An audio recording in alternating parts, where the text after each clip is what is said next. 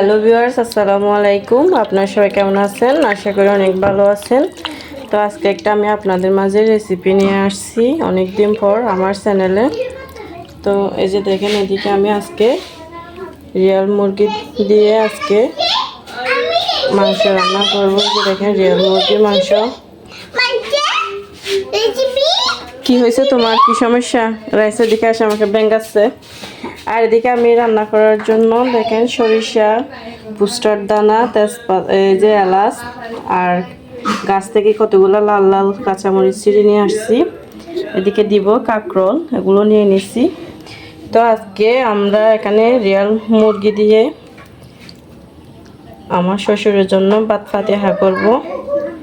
তো আমার শ্বশুরকে নাকি সবাই স্বপ্নে দেখতেছে। আজ প্রায় আমার শ্বশুর মরে গেছে, 2 মাসের কাছাকাছি হয়েছে, এখনো কিন্তু 2 মাস পূর্ণ হয় নাই। তো 7 তারিখ আসলে আমার শ্বশুর মরবে। এই যে আজকে প্রায় 3 দিনও পুরনো আর কি। আজকে 1 তারিখ, 7 তারিখ আসলে আমার শ্বশুরের 2 মাস পূর্ণ হবে। তো আমার শ্বশুরের জন্য আজকে ভাত ফাতিহা করবো মুরগির মাংস রান্না করে। তো আর সাথে কী কী করি আজকে আপনাদের শেয়ার করব। অবশ্যই সবাই আমার ভিডিওর উপর চোখ রাখুন। তো আমি কিন্তু মাংসগুলা সকাল থেকে পাঠাইছিল, তো আমি কিছুক্ষণের জন্য ফ্রিজে ঢুকে রাখছিলাম। তো এগুলো এখন একটু বের করে দিছি। এখন মাংসগুলো আমি ভালো করে ধুয়ে নিব, কিন্তু এদিকে এগুলো একটু পাটার মধ্যে পিষে নিব আজকে। অল্প অল্প নিয়েছি পরিমাণ মতো, এখানে কিন্তু এখনও জিরা নিয়ে নেই। সবগুলা নিয়ে আপনাদের শেয়ার করতে যাচ্ছি। তো অবশ্যই সবাই আমার ভিডিওর উপর চোখ রাখুন। অনেকদিন পর যেহেতু আজকে আপনাদের রেসিপি দিব, অবশ্যই সবাই ভিডিওর উপর চোখ রাখবেন। এদিকে আমি কিন্তু মাংসগুলো ভালো করে দিয়ে নিচ্ছি। আর রিয়াল মুরগি থেকে কিন্তু সবগুলা চর্বি, দেখেন মাংসগুলো একদম চর্বি জাতীয়। আমি ধুয়ে ধুয়ে বেশিগুলো এখান থেকে পরিষ্কার করে নিচ্ছি, বেশগুলো। অনেকদিন পর আজকে আপনাদের মাঝে রেসিপি নিয়ে আমি আসছি। তো এদিকে আমি দেখেন সব কিছু পরিমাণ মতো নিয়ে নিয়েছি। তো যেহেতু অনেকদিন পর আজকে আপনাদের রেসিপি দিব, অবশ্যই সময় আমার ভিডিওটা দেখবেন মনোযোগ সহকারে। আর বৃষ্টির দিনে কোথাও যাওয়া যাচ্ছে না, তো আপনাদের বলেছিলাম অতি শীঘ্রই আমরা ডাক্তারের কাছে যাব। তো এদিকে যেহেতু আপনাদের ভাইয়ার দোকানের হিসাব নাকি ক্লোজ করতে হচ্ছে মাসের লাস্টের দিকে, এদিকে বৃষ্টি চলে আসছে, তো এই জন্য দোকানের নাকি অনেক গ্যাঞ্জাম হয়েছে, দোকানে অনেক কিছু করতে হচ্ছে। আর এদিকে বাসায় বৃষ্টি চলে আসছে। এদিকে কিন্তু প্রচণ্ড বৃষ্টি চলে আসছে। দেখেন আমি জানলা দিয়ে দেখাই আপনাদের।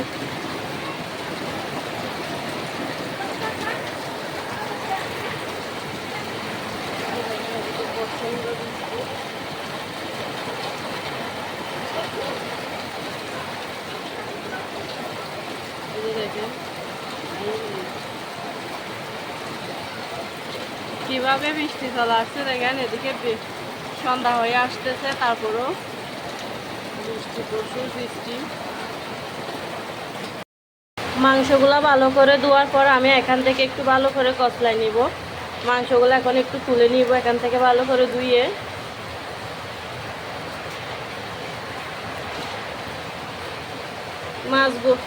মাংসগুলাতে যেহেতু চর্বি আছে, পানিগুলো কীরকম হয়ে যাচ্ছে দেখেন।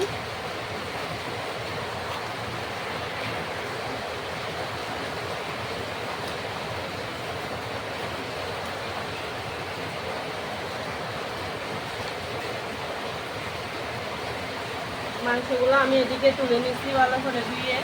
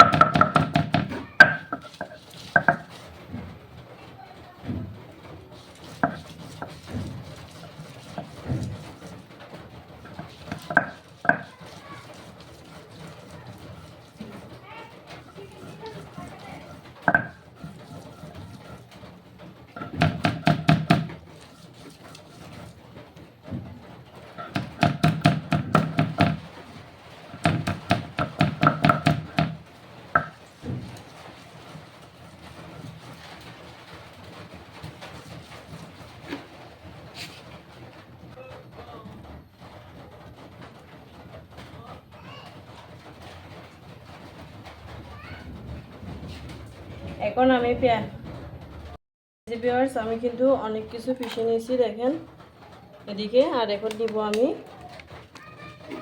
পেঁয়াজগুলা।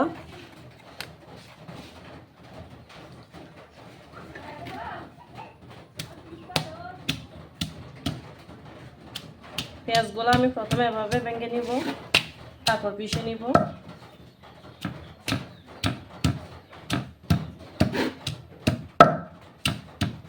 এভাবে সবগুলা মশলা একটা একটা করে পিষে নিচ্ছি আমি।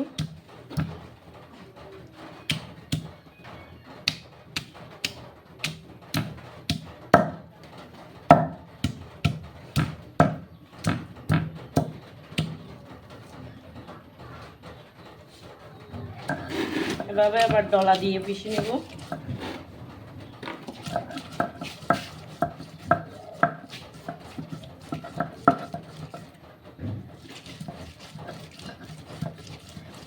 অনেক কষ্ট পাটাতে এগুলা করার। এই যে ভিউয়ার্স আমি আপনাদের দেখাই, দেখেন দারচিনি, এলাচ, রসুন, পেঁয়াজ, তো তারপরে সরিষা, পুষ্টার দানা সব কিছু পিষে নিয়েছি জিরা সহ। আর দিকে কাঁচামরিচগুলো দেখেন পিষে নিয়েছি একটু করে, পাঠিয়ে দিয়েছি আর কি, তেজপাতা সহ ওগুলো সবগুলো নিয়ে নিয়েছি। এখন রান্নাঘরে চলে যাব, কারেন্টও চলে গেছে। এখন আমি আলুগুলোর কোষা সারিয়ে নিব, সিদ্ধ করা আলু দেখেন। আজকে আমি এদিকে রান্না করব আলু কাঁকরোল দিয়ে রিয়াল মুরগি। দেখেন আলুগুলো আমি ঠান্ডা পানি দিয়ে দিছি। এখন এগুলো কুসা সারিয়ে নিব। তো আমি আপনাদের শেয়ার করতেছি। কারেন্ট চলে গেছে তাই।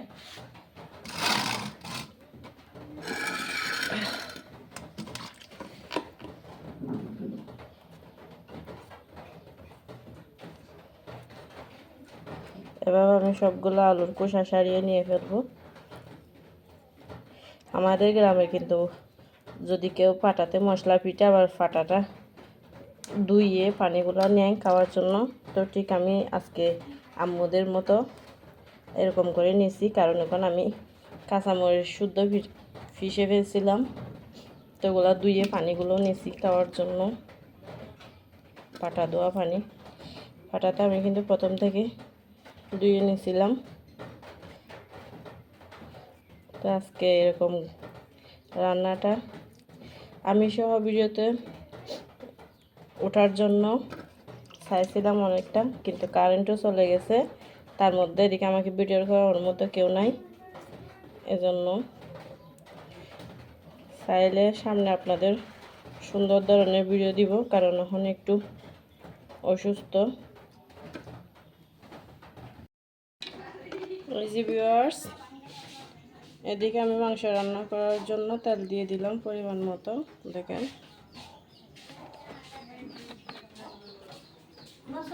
পরিমাণ মতো আমি তেলগুলো দিয়ে দিছি। এখন ভিউয়ার্স, এদিকে কিন্তু তেল গরম হয়ে গেছে।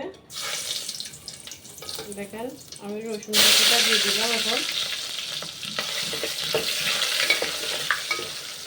সাথে পেঁয়াজ বাটাটা দিয়ে দিচ্ছি।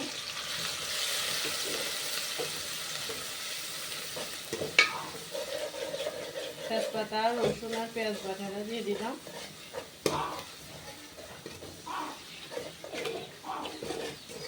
তারপর দিয়ে দিব এলাচ, দারুচিনি। এখন দিয়ে দিলাম মরিচটাও। কারেন্ট চলে গেছে এদিকে।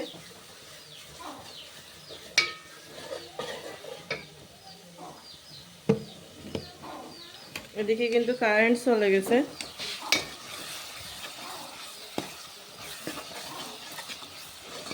আমি এগুলো একটু ভালো করে কষিয়ে নেব। এর মধ্যে আমি পরিমাণ মতো মশলাটা নিয়ে নিচ্ছি, কারেন্ট যেহেতু চলে গেছে এই জন্য।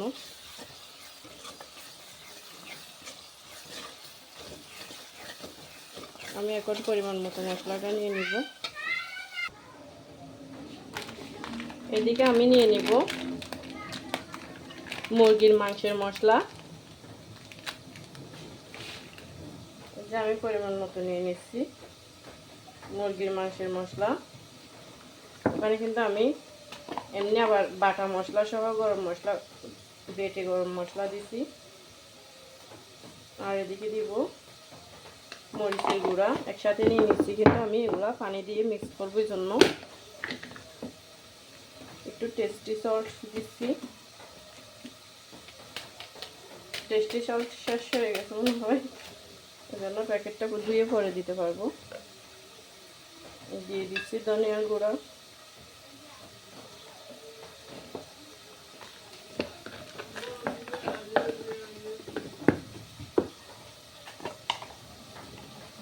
তারপর নিয়ে নিচ্ছি হলুদের গুঁড়া। আমি কিন্তু সব কিছু পরিমাণ মতো নিয়ে নিচ্ছি এখানে প্লেটের মধ্যে। এখন চলে আসছি চুলার পাশে। পেঁয়াজগুলো আমি ভালো করে কষিয়ে নিচ্ছি। আমি তেলের পরিমাণটা কিন্তু একটু কমাই দিয়েছিলাম, কারণ মাংসগুলো চর্বি জাতীয়, এই জন্য।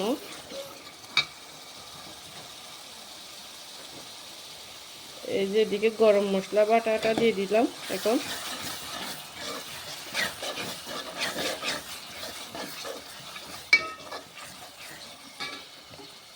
এখন আমি দিয়ে দিব সব ধরনের মশলাটা। একটু করে পানি দিচ্ছি যেহেতু লেগে না যায়। আপনারা বলবেন আপনি বোতল দিয়ে কেন রান্নাতে পানি দিচ্ছেন, তো আমি দিচ্ছি কারণ হচ্ছে সবগুলা আজকে পানি, আগের পানি ছিল না, এই জন্য বোতলে কিছু আগের পানি ছিল। এগুলা দিয়ে মাংস রান্না করতেছি, কারণ আমাদের পানিগুলা টিউবওয়েল থেকে নেওয়ার পর সাথে সাথে খাওয়া মাংস তরকারিতে সাথে সাথে দেওয়া যায় না, কারণ তরকারিগুলো কালো হয়ে যায়, কারণ পানিতে আয়রন আছে। এই জন্য এরকম পানিগুলো রাখার পর 1 দিন 2 দিন রাখার পর তারপর পানিতে দিতে পারি। তো আমি মশলাটা ভালো করে কষিয়ে নিচ্ছি। এদিকে আমি আলুটা ভেঙে নিচ্ছি।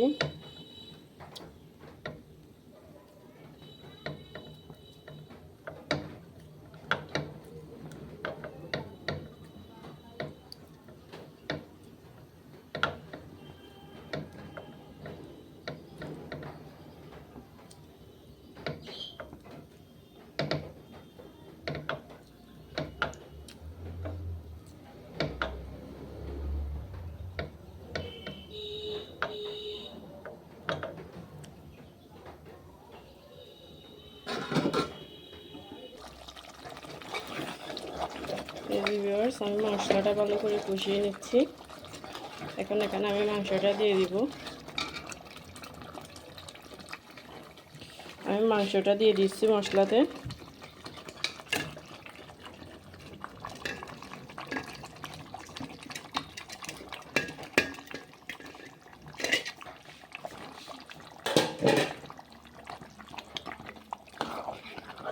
মশলাগুলো কিন্তু লেগে যাচ্ছিল।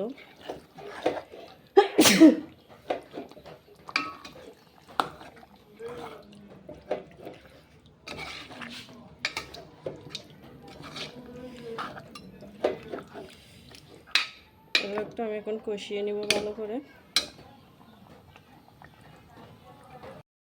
এই যে ভিউয়ার্স, এদিকে আমার মাংস রান্না করা হয়ে গেছে।